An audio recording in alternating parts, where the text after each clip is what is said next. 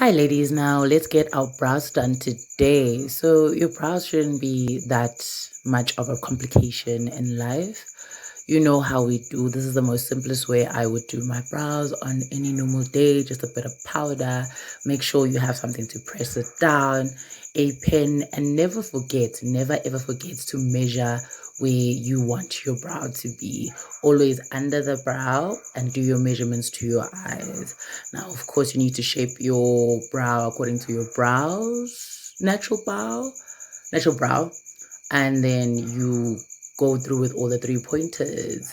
So ngeke ngitshele ukuthi-ke nihlule umuntu obona ngehla elilodwa ukwenza ibrow mantombazane. Ibrow should be something umuntu wesifazane akwazi ukuyenza out of all things that you know how to do in 2024.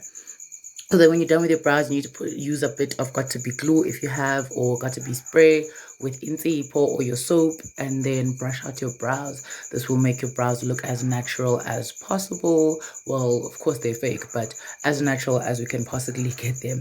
Don't forget to conceal that brow and add some powder to make it stay in place.